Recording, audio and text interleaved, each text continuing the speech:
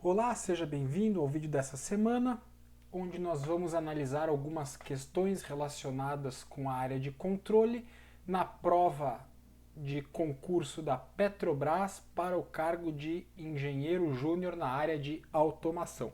Essa é uma prova de 2011, foi uma prova que eu encontrei no Google. Se alguém tiver uma prova mais recente ou de algum outro concurso em que apareçam questões relacionadas com a nossa área e quiser entrar em contato, eu vou ficar muito feliz de receber essas provas e analisar algumas questões com vocês. A primeira questão que eu quero analisar é a questão de número 26. Quando instalado em um sistema de controle, o circuito analógico mostrado na figura, que utiliza um amplificador operacional considerado ideal, corresponde a 1. E conhecendo esse circuito, ele é um circuito amplificador inversor e, portanto, ele é um controlador proporcional, porque a saída ela é proporcional ao valor de entrada. Caso você não conheça o circuito, você consegue chegar a essa conclusão pela análise, desde que conheça o comportamento de um amplificador operacional. No caso, aqui nós temos 0 volts. Como existe uma realimentação, o amplificador operacional fará com que apareça nesse terminal, a mesma tensão de 0 volts. E, portanto, se aqui nós tivermos uma tensão de entrada, a diferença de potencial nesse resistor será a própria tensão de entrada, visto que nesse terminal temos 0 volts. Portanto, aparece uma corrente I1, e I1 vai ser igual à diferença de potencial, que é o próprio Vin, dividido por R1. Como o terminal do amplificador operacional é de alta impedância, não entra corrente por esse terminal e, portanto, essa corrente é a própria I1. E aqui aparecerá Vout. A diferença de potencial nesse resistor, que é 0 volts menos Vout, será igual à corrente I1, que é Vin sobre R1, que multiplica o resistor R2. E, portanto, menos Vout é igual a Vin vezes a relação de resistores.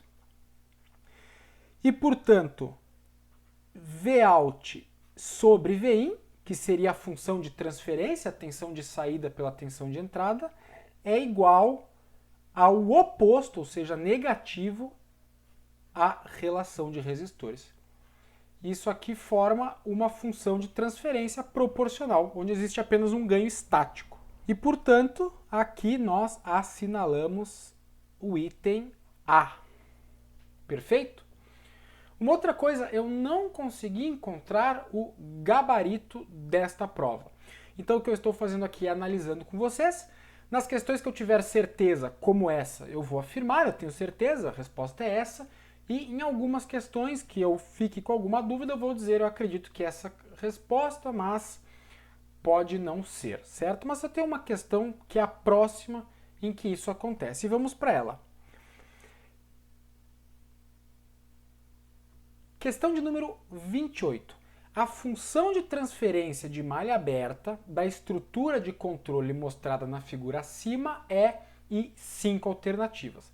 Destas alternativas, 3 a gente consegue descartar imediatamente, certo? Não é essa, não é essa e não é essa. Por quê?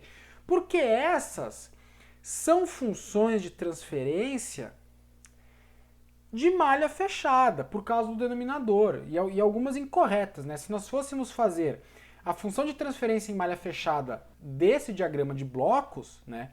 Então aqui, ó, função de transferência malha fechada.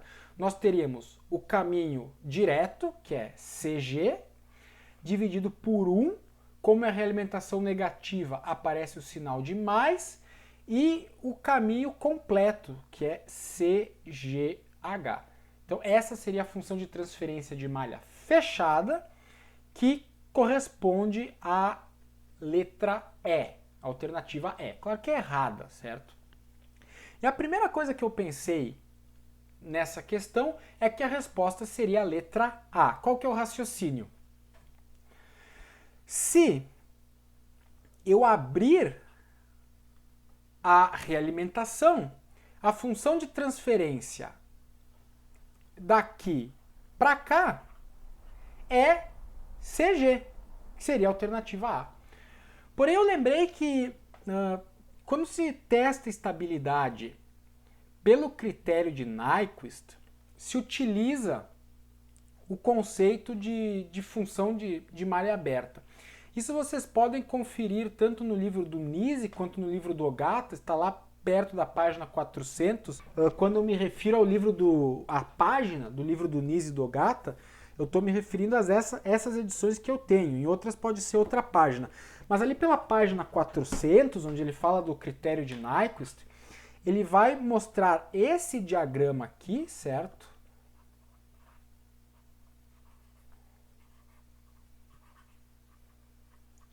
GH, essa realimentação, e ele vai usar a ideia de função de malha aberta como sendo GH, certo? E a diferença entre os casos apresentados no livro para esse caso é que a G, na verdade, nessa figura é composta por CG. Então essa parte se torna CGH. E isso seria a função de transferência de malha aberta da estrutura de controle. Por isso que eu acredito que a resposta correta seja a letra B.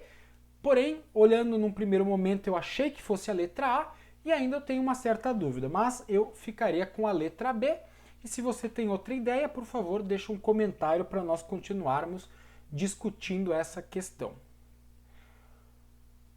Próximo, considere o enunciado a seguir para as questões 29, 30 e 31. A função de transferência no domínio de Laplace de um sistema linear é dado por essa equação, onde y é a variável de saída e r a variável de entrada. E também considere nos próximos exercícios condições iniciais nulas, ou seja, o que interessa é somente a função de transferência.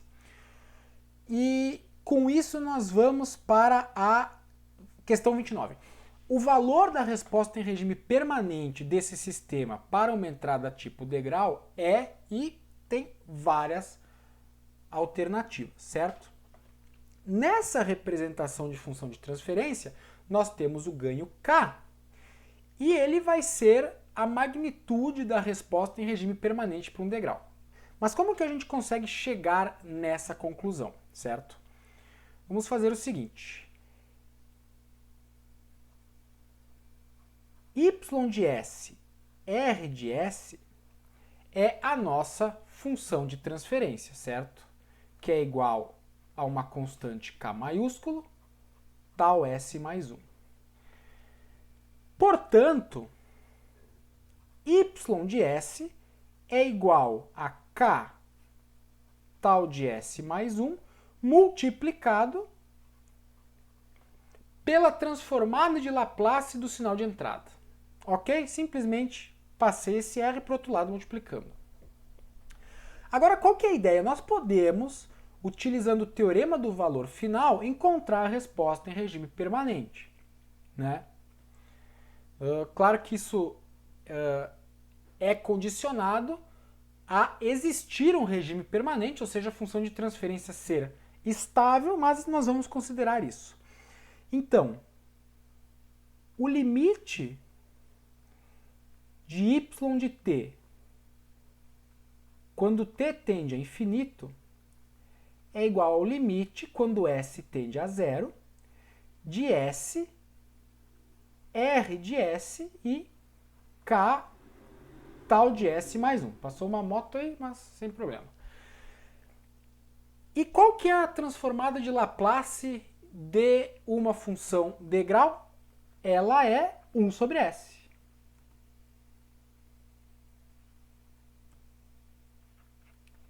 E, portanto, nós cortamos aqui, e quando nós substituímos s por zero, esse termo desaparece, nós ficamos com k sobre 1, que é igual a k.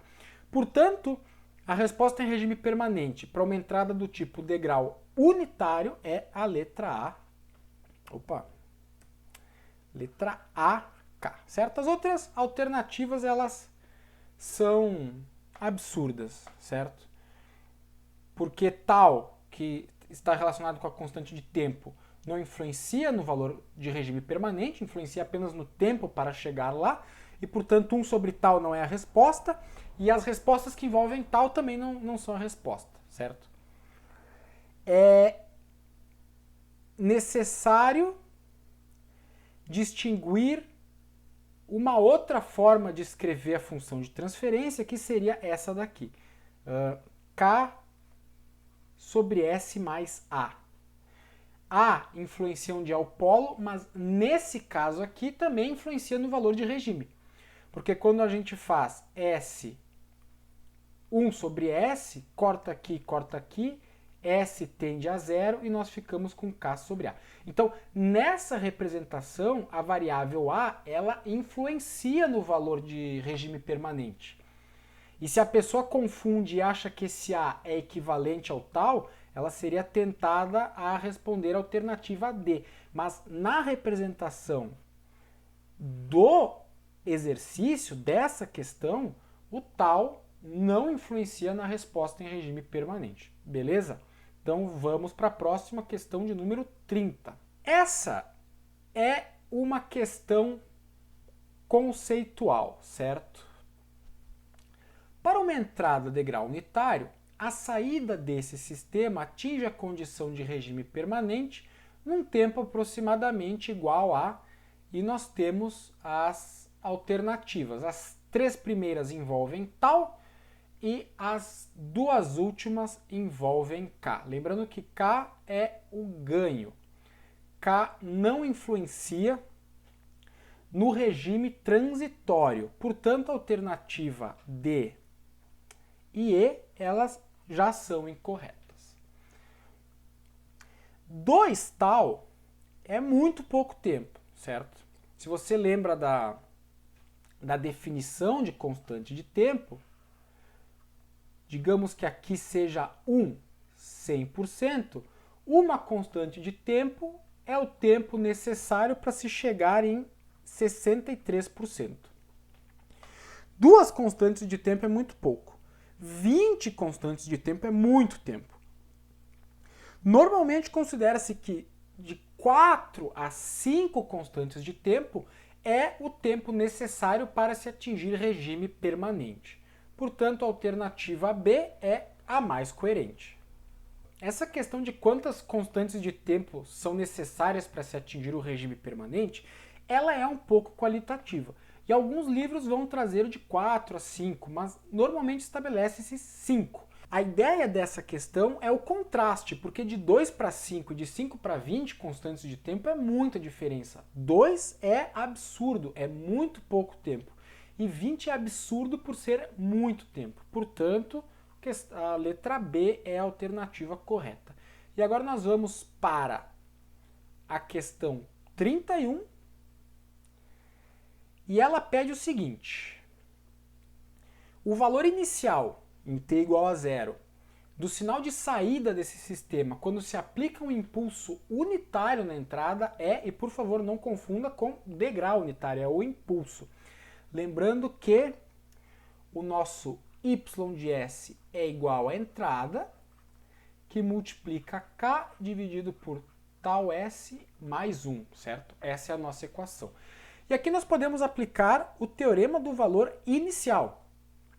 Na questão 29 aplicamos o teorema do valor final e aqui o teorema do valor inicial, que diz que y de 0 é igual ao limite quando S tende a infinito de S, R de S, e aqui vai aparecer K tal sobre S mais 1. Qual que é a diferença do 31 para o 29?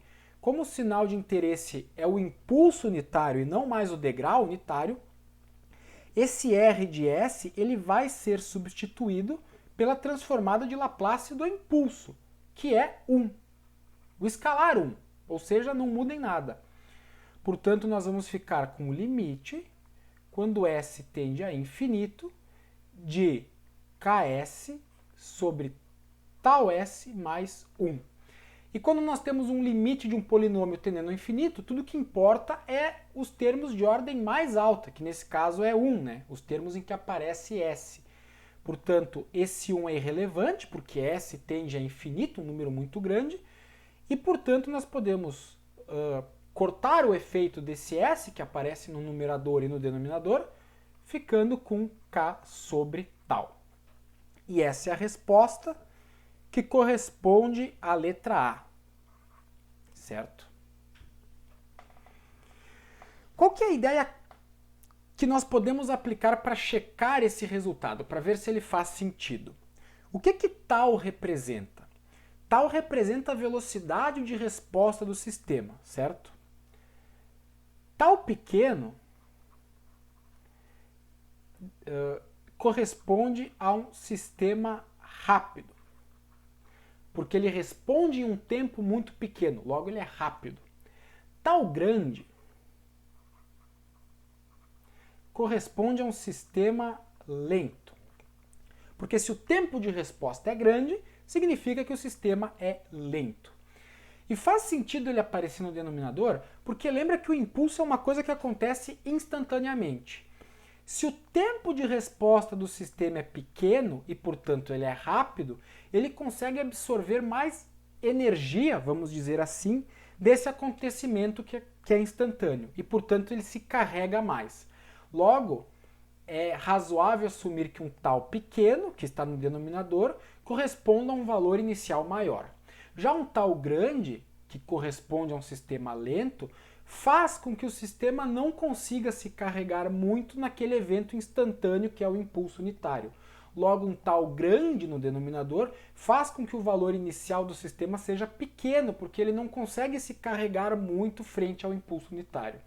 Então faz sentido tal estar no denominador. Já o K no numerador, ele é entendido como o K ele é o ganho do sistema. Se o ganho do sistema é maior, ele vai conseguir se carregar mais para um dado evento. Se o ganho do sistema é menor, ele vai se carregar menos dado o evento do impulso unitário. Então o K no numerador também faz sentido.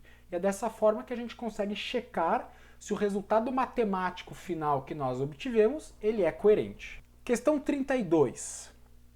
Um ruído de alta frequência em sistemas de monitoramento ou controle que corrompe um sinal pode ser atenuado por um filtro. Ora, se o ruído ele é de alta frequência, a gente quer bloquear altas frequências, ou seja, deixar passar apenas as baixas frequências. E, portanto, ele é um filtro passa-baixo, certo? Essa questão é muito simples. A única coisa que eu quero comentar de aplicação prática dessa questão, que foge do escopo dela, é mais como uma curiosidade, é que nós temos que ter cuidado quando adicionamos filtros em sistemas de controle, porque ele muda a dinâmica da malha de controle, certo? Então imagine que na malha de controle nós temos aqui uma referência, né? Ela gera um sinal de erro, passa por um controlador mais planta, que eu vou juntar num bloco só, tem um sensor, o sensor tem uma dinâmica dele, isso aqui é realimentado, certo? E digamos que esse sensor apresente ruído, de forma que nós adicionamos um filtro passa-baixa aqui.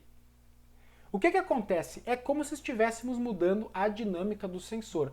E o sensor perde a capacidade de medir variações muito rápidas aqui da saída da planta.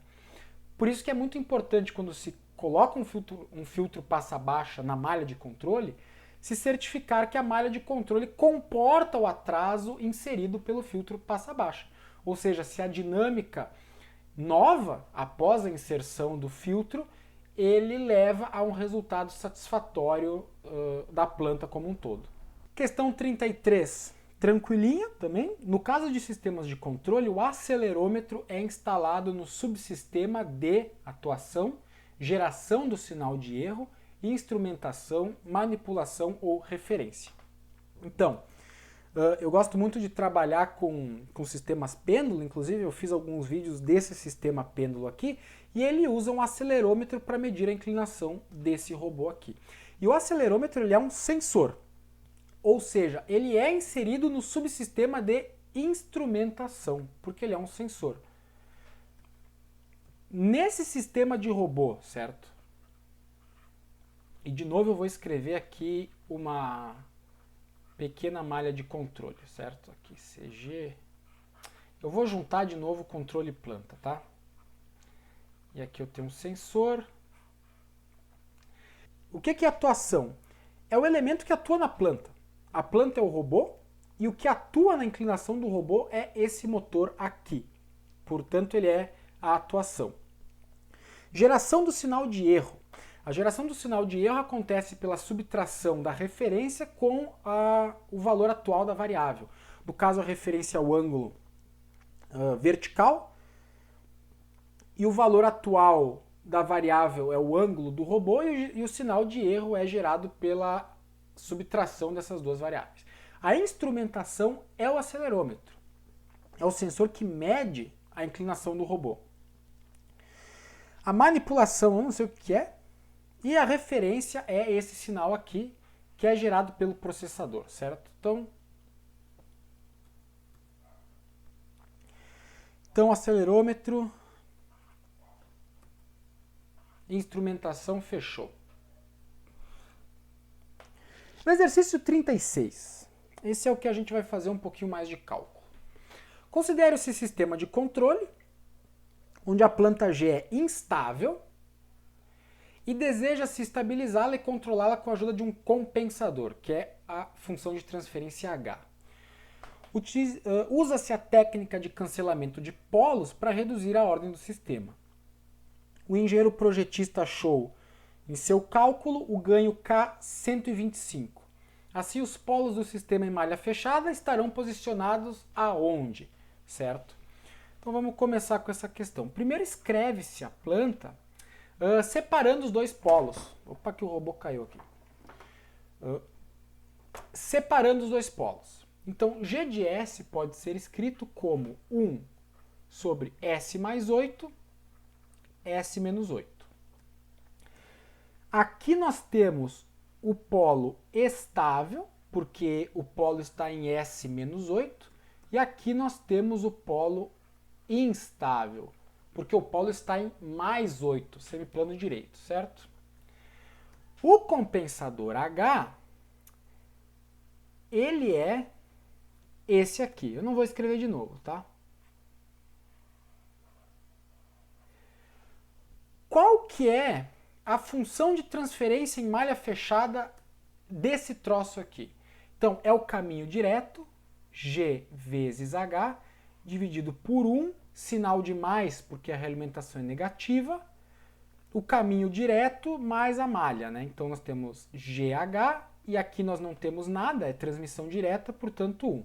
Então, nós temos isso aqui como função de transferência em malha fechada. O que importa é os polos, portanto, estamos preocupados apenas com o denominador. Então, aqui nós temos 1 mais G, 1 sobre S mais 8, S menos 8, que multiplica H. K vezes S mais 8, dividido por S mais 12. Aqui vai acontecer o cancelamento dos polos, do polo com zero. Note que ele é o cancelamento do polo estável da planta, e é importante.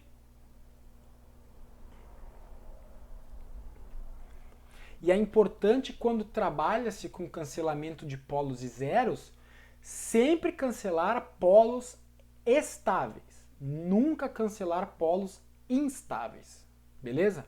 Então aqui está correto, cancelou polos estáveis, o polo estável.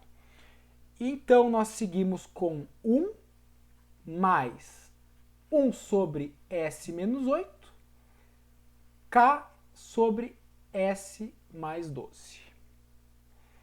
Isso aqui vai resultar em S menos 8, S mais 12, mais K, dividido por S menos 8, S mais 12.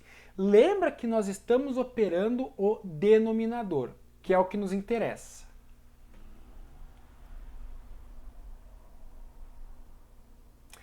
se isso aqui é o denominador, isso significa que esse termo aqui, que está no denominador do denominador, vai passar para o numerador e, portanto, não nos interessa mais. O que nos interessa, do ponto de vista de polos do sistema em malha fechada, é isso daqui. E é por isso que nós vamos continuar operando só com isso. Isso resulta em S vezes S, S ao quadrado, mais 12S, menos 8S, menos 80 mais 16,96, mais K. Lembrando que K, pelo enunciado, é 125. Nós queremos achar as raízes disso. Isso aqui é S ao quadrado, mais 4S. E isso aqui dá quanto? 25 mais os 4 aqui dá 29. Beleza? Perfeito. Vamos fazer as raízes. Fórmula de Bhaskara, menos B, mais ou menos a raiz quadrada de B ao quadrado, menos 4 vezes o primeiro vezes o segundo, dividido por 2 vezes A, só que o coeficiente A é 0, é 1 aqui, né? Beleza.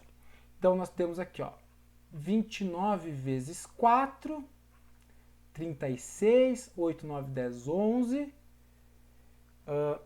Esse valor subtrai 16 dá 100, então isso vai ser menos 4 mais ou menos raiz de menos 100, dividido por 2, e isso vai dar menos 2, mais ou menos J, né, o complexo 5, né?